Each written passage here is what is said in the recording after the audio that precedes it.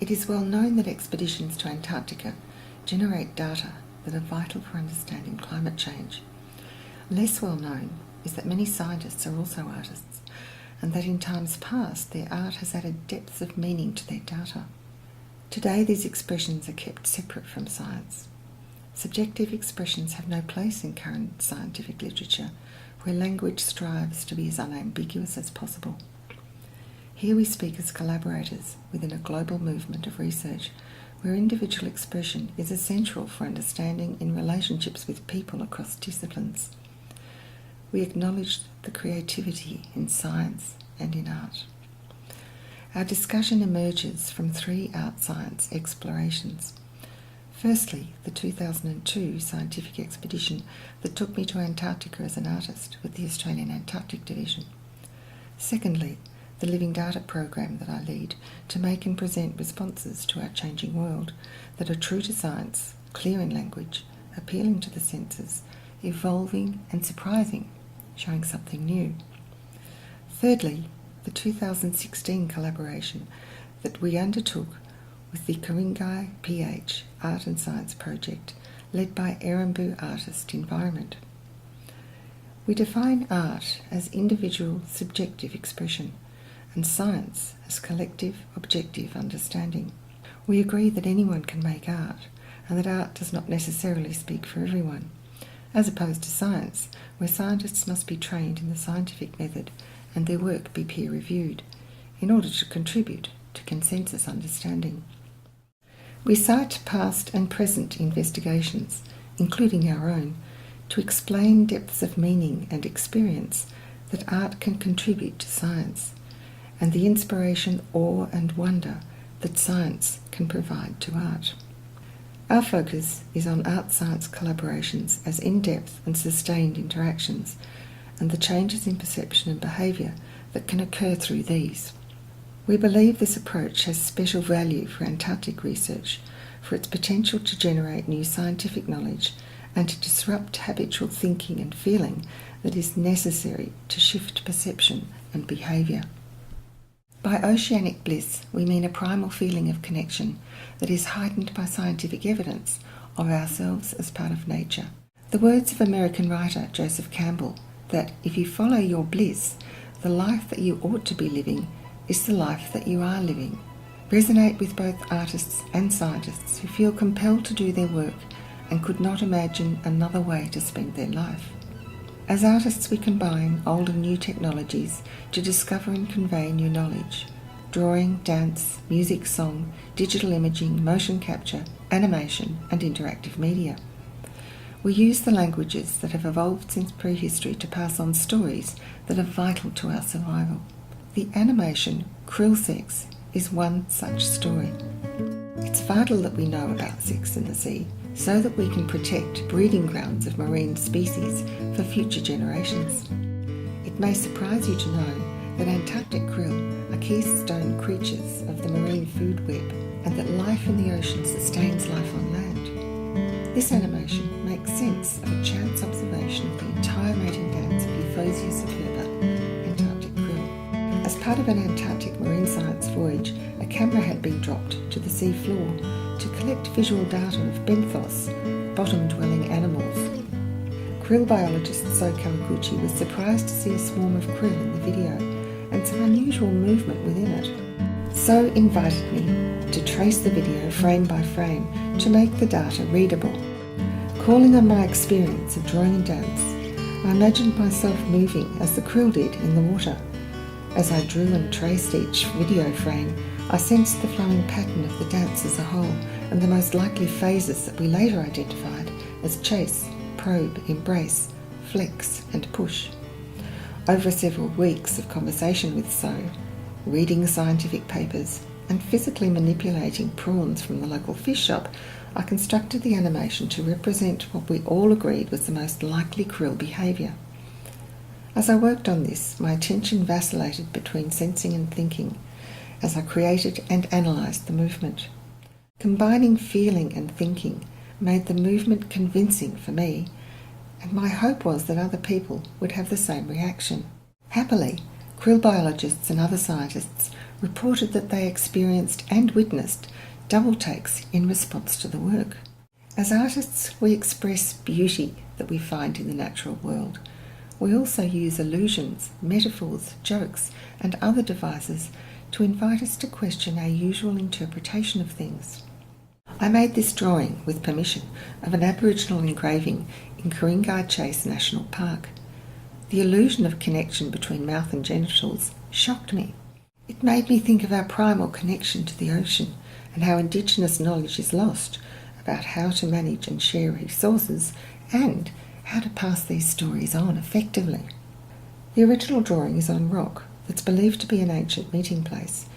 It's likely to be part of a storytelling ceremony that would have involved dance, music and song. The lines would have been traced and retraced over centuries. Indigenous people recognise their traditional practices of resource management as their forms of science, and their arts as essential for passing on that knowledge. Science aims to understand nature and the rules that govern it. Ideas are tested through observations and experiments on a journey of creativity and discovery.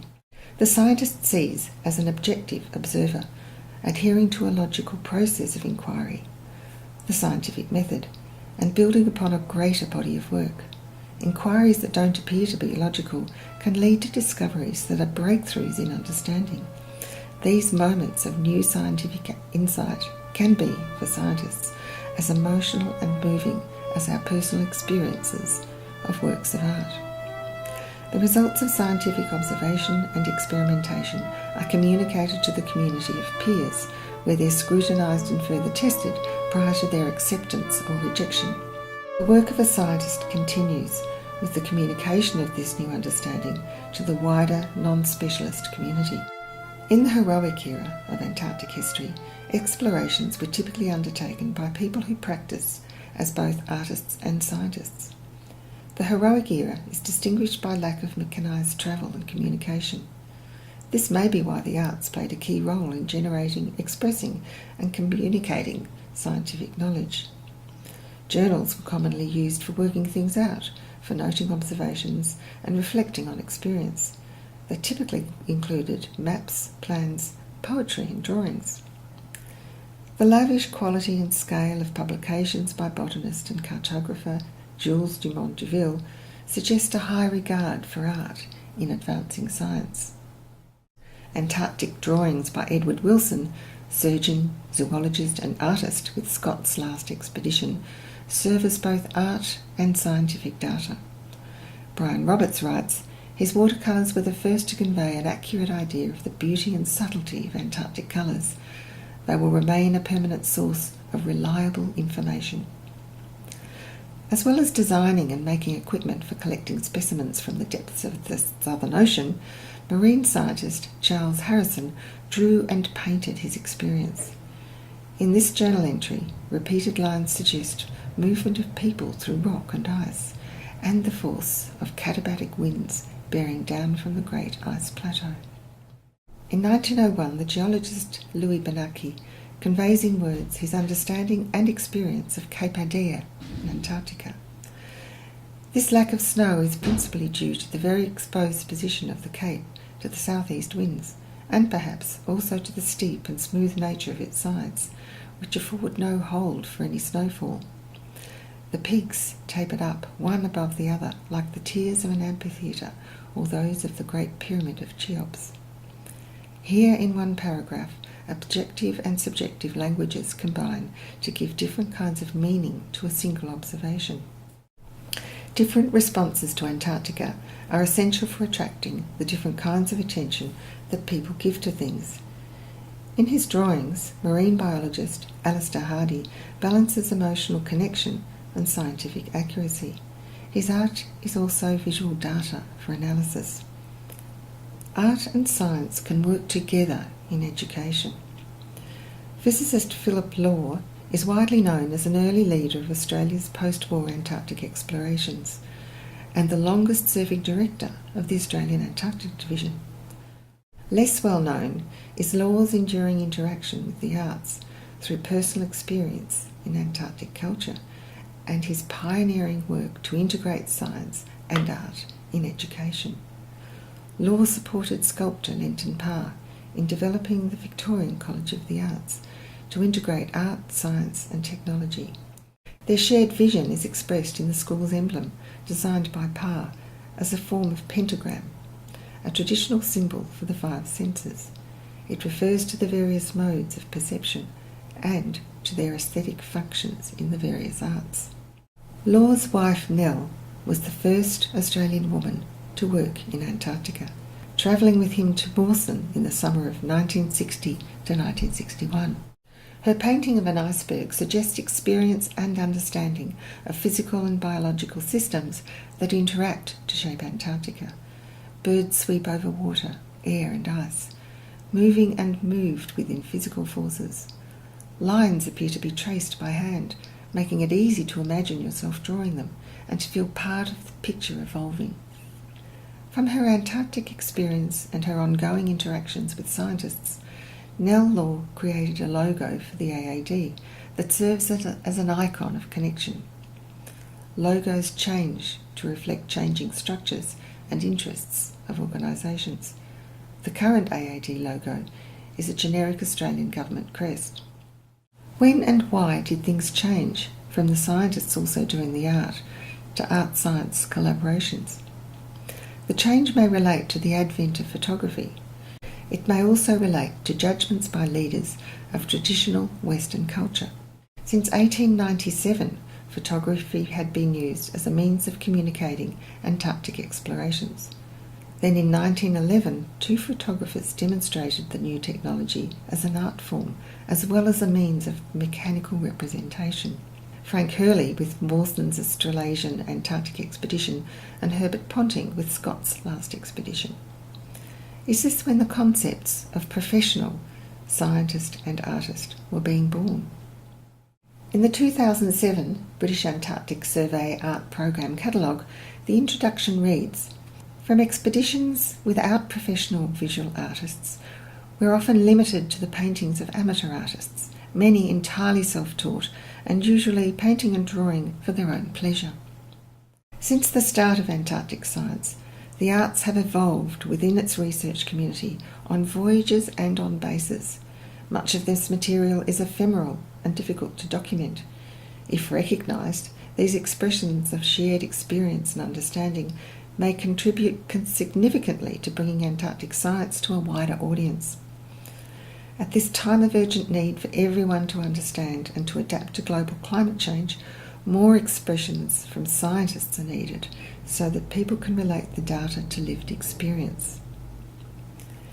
In 1987, the Australian Antarctic Humanities Program was born, with 3 Australian artists identified as professional and chosen to accompany a scientific expedition to Antarctica with the Australian Antarctic Division. In the foreword to the catalogue of their subsequent exhibition, Australian Minister Graham Richardson writes, "20th century Antarctica has essentially been the province of scientists." No reference is made to the arts that emerge from Antarctic science community. What distinguishes Antarctic science communities? A sense of belonging to an international group of people who have worked there, to learn how it works and is changing. Strong relationships are formed and experience and knowledge are shared. The AAD maintains a website that works for networking within and beyond the Antarctic community, including a database of Antarctic Arts Fellows. The AAD Arts Fellowship Program is one of several around the world that select and host artists in Antarctica. Other programs include Serpola, Argentina, and the British and American Antarctic Artists and Writers programs.